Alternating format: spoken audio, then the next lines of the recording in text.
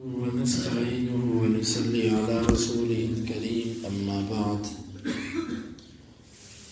باب الشریکۃ فی الرقیق، یہ باب ہے غلام میں شریک ہونے کے بارے میں۔ امام بخاری فرماتے ہیں کہ ہمیں بیان کیا مسدد نے، وہ کہتے ہیں ہمیں بیان کیا جویریہ بن اسماء نے، وہ نافع سے، وہ ابن عمر رضی اللہ عنہما سے، وہ اللہ کے نبی صلی اللہ علیہ وسلم سے۔ آپ نے فرمایا کہ من اعتق شرکا لہ فی مملوک، جس نے اپنا حصہ کسی غلام میں آزاد کر دیا، وجب علیہ ان یعتق کلہ، اس پر لازم ہے کہ وہ سارے کے سارے کو آزاد کرے۔ ان کان لہ مال، اگر اس کے پاس مال ہو، قدر ثمنہ، اس کی قیمت کی بقدر، یقام قیمت عدل، قیمت لگائی جائے گی انصاف والی قیمت، ویعطى شرکاؤہ حصتہم،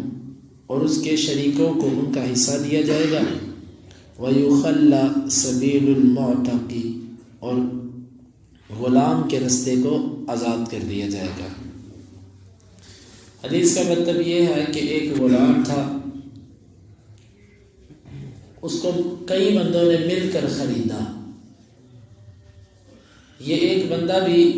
اس کے خریدنے میں شریک تھا، مثلا 5 بندوں نے مل کر خریدا۔ اب یہ ایک بندہ اپنا حصہ آزاد کرنا چاہتا ہے، باقی اس کے 4 مالک رہ گئے۔ شریعت کہتی ہے کہ اگر اس کے پاس پیسے ہیں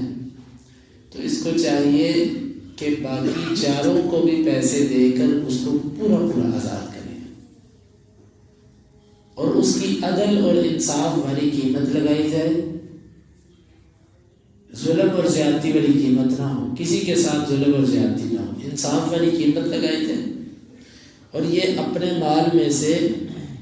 باقی 4 کو بھی دے، صرف اپنی ہی طرف سے آزاد نہ کرے، کیونکہ اپنی طرف سے آزاد کرنے سے یہ کیا آزاد ہوا، 5 سے نکل کے 4 کی غلامی میں، تو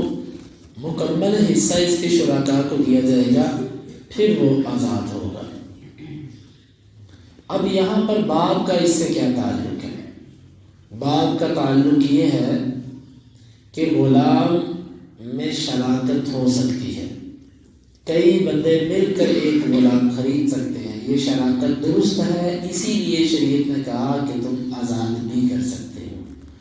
اگر شراکت ہی درست نہ ہوتی تو آزادی کا حکم ہی نہ تسلیم ہوتا۔ امام بخاری کہتے ہیں کہ ہمیں بیان کیا ابو النعمان نے، وہ کہتے ہیں ہمیں بیان کیا جریر بن حازم نے قتادہ سے، وہ نضر بن انس سے، وہ بشیر بن نہیک سے، وہ ابو ہریرہ رضی اللہ عنہ سے، وہ اللہ کے نبی صلی اللہ علیہ وسلم سے آپ نے فرمایا من اعتق شخصا فی عبد، جس نے اپنا حصہ کسی غلام میں آزاد کیا، اعتق کلہ ان کان لہ مال،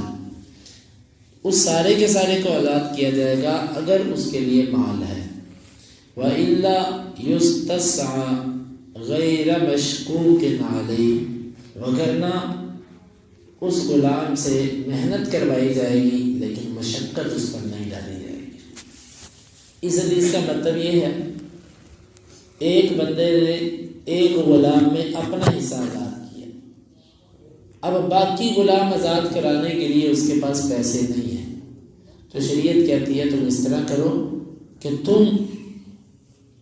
اس کی قیمت لگاؤ، جتنی قیمت بنے، غلام کو دن میں تھوڑا سا وقت دو، اس سے کہو جاؤ محنت مزدوری کر کے روزانہ کچھ نہ کچھ کما کے لاؤ، تجارت کر کے کچھ نہ کچھ کما کے لاؤ، تاکہ باقی شریکوں کو پیسے دے کر تم پورے آزاد ہو جاؤ۔ دونوں حدیثوں کا مطلب یہ ہے کہ شریعت کہتی ہے غلام پورے کا پورا آزاد کرو تاکہ وہ کسی بھی طرح غلام نہ رہے کسی کا۔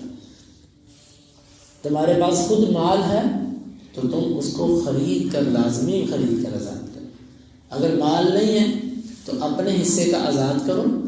باقی شریکوں کا جو حصہ ہے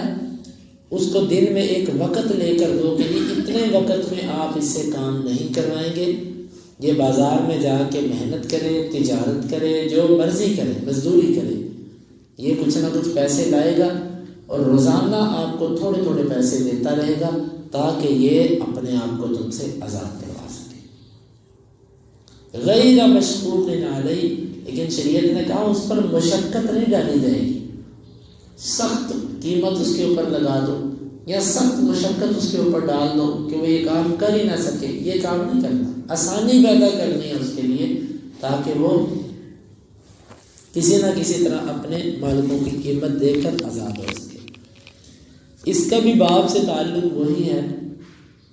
کہ اگر شراکت درست تھی تو آپ نے کہا کہ تو اگر اپنے حصے کا آزاد کر رہا ہے تو باقیوں سے بھی کرا یا اس کو محنت کروا، اگر شراکت درست نہ ہوتی تو آپ یہ حکم بھی نہ دیتے۔ اللہ رب العالمین سے دعا ہے